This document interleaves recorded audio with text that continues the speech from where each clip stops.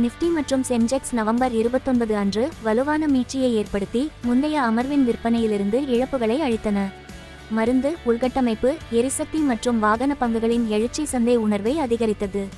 வாரத்திற்கு ஒரு திடமான நெருக்கத்திற்கு வழிவகுத்தது. முடிவில் சென்செக்ஸ் 759 புள்ளிகள் அல்லது 0.9% உயர்ந்து 79,803 ஆகவும், நிஃப்டி 217 புள்ளிகள் அல்லது 0.9% உயர்ந்து 24,131 ஆகவும் இருந்தது. சுமார் 1,758 பங்குகள் உயர்ந்தன, 1,047 பங்குகள் சரிந்தன, 86 பங்குகள் மாறாமல் இருந்தன. Top 5 gainers: Bharti Airtel, Sun Pharma, Cipla, M&M Tata Consumer. Top 5 losers: Power Grid, Shriram Finance, Hero MotoCorp, HDFC Life, Nestle India. இன்று செய்திகளில் இருக்கும் முக்கியமான பங்குகளை இப்போது நாம் பார்ப்போம். Zee Entertainment Enterprises. Zee அதன் வருடாந்திர பொதுக்கூட்டத்தில் தலைமை நிர்வாக அதிகாரி புனி கோயங்காவை இயக்குநராக மீண்டும் நியமிக்கும் திட்டத்தை அதன் பங்குதாரர்கள் நிராகரித்ததாக நிறுவனம் பரிமாற்றங்களுக்கு தெரிவித்த ஒரு நாள் கழித்து பங்குகள் 5% உயர்ந்தன. Divi Laboratories.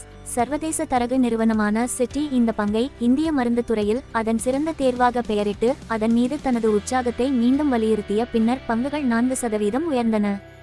அதன்படி தரகு நிறுவனம் அதன் பாய் அழைப்பை தொடர்ந்து வைத்திருந்தது. விலை இலக்கு 6,850 ரூபாய். இது 15% உயர்வை குறிக்கிறது. Adani stocks, Adani green energy, Adani energy solutions மற்றும் அதானி டோட்டல் கேஸ் ஆகிய 3 அதானி குழும நிறுவனங்களின் பங்குகள் தேசிய பங்குச்சந்தையின் ஃபியூச்சர்ஸ் அண்ட் ஆப்ஷன்ஸ் பிரிவில் சேர்க்கப்பட்டதை தொடர்ந்து 20% வரை உயர்ந்தன. Easy trip planners. பங்குகள் எக்ஸ்போனஸாக மாறிய பிறகு பங்குகள் 10% உயர்ந்தன. நிறுவனம் 1:1 விகிதத்தில் போனஸ் பங்குகளை வழங்குவதாக அறிவித்தது. இது அக்டோபர் 14 அன்று அதன் இயக்குநர்கள் குழுவால் அங்கீகரிக்கப்பட்டது.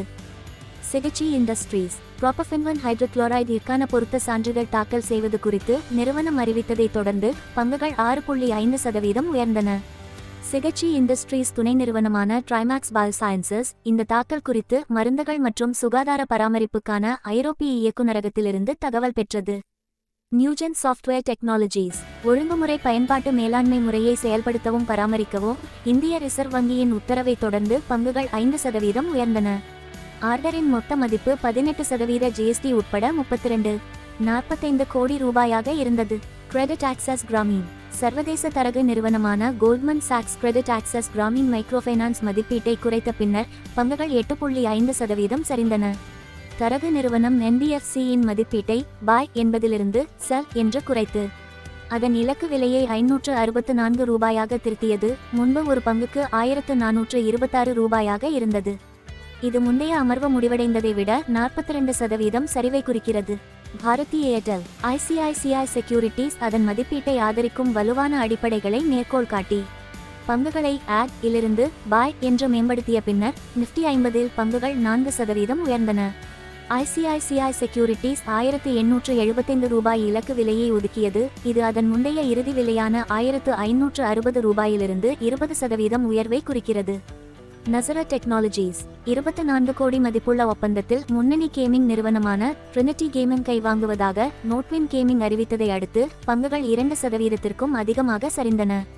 மேலும் முதலீட்டாளர்கள் குழுவிற்கு 8.9 மில்லியனுக்கும் அதிகமான முழு ஊதிய ஈக்விட்டி பங்குகளை முன்னுரிமை வெளியீடு மூலம் நிறுவனம் 855 கோடி ரூபாயை திரட்டியது. Allied blenders and distillers. ICICI securities பங்குகளை வாங்குவதற்கான அழைப்பை தொடங்கிய பின்னர் பங்குகள் 5% உயர்ந்தன. இது வளர்ச்சிக்கு சாதகமான நெம்புகோல்களை பரிந்துரைத்தது.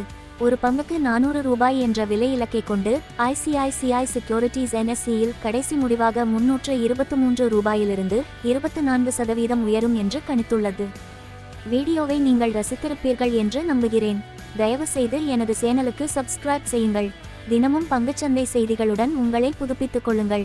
Happy investing.